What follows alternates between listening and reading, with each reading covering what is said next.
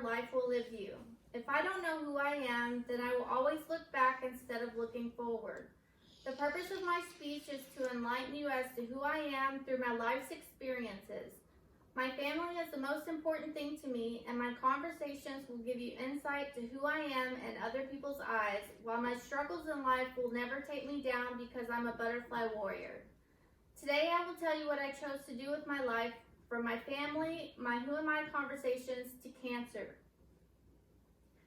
Let me tell you a story of a woman that has climbed a mountain without ever setting foot on dirt. Today we're going to take a deep dive into the question, who am I?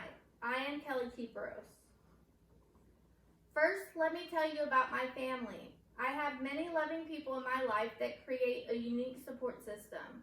I'm going to skip ahead 30 years because I took control of my life at that point with one simple word, absolutely. That word was said on Cinco de Mayo 2010 when my now husband proposed to me. Feel free to search Cinco de Mayo proposal on YouTube and watch me get engaged.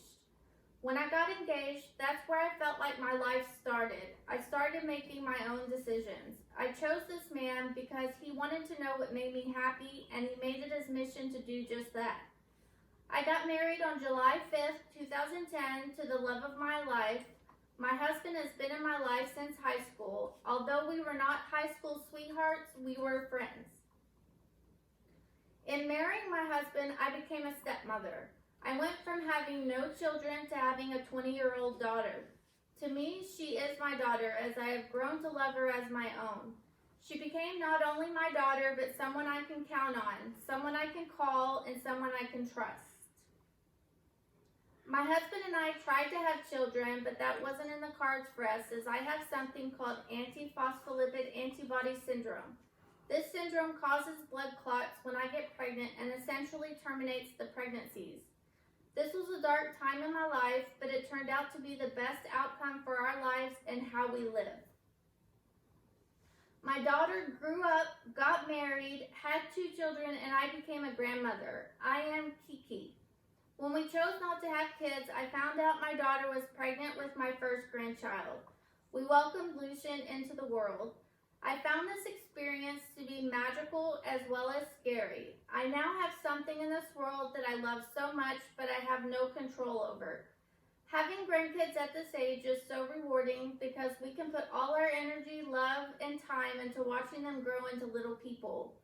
As scary as this was, I was so excited when I found out that my daughter was pregnant with my second grandchild, Lilith.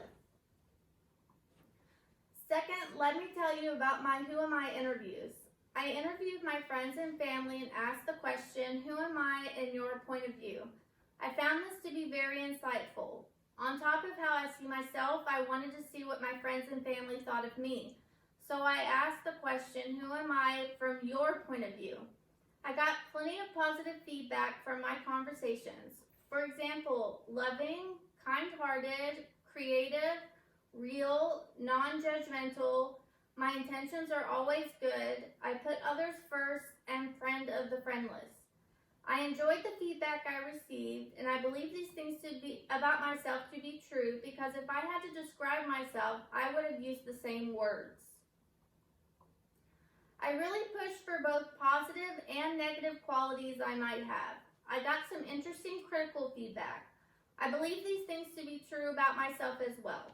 For example, I can't handle embarrassment, unsure of my abilities, afraid of failure, overthinker, and naive with a lack of street smarts. In truth, the negative feedback made me evaluate myself. I can now work on improving those areas.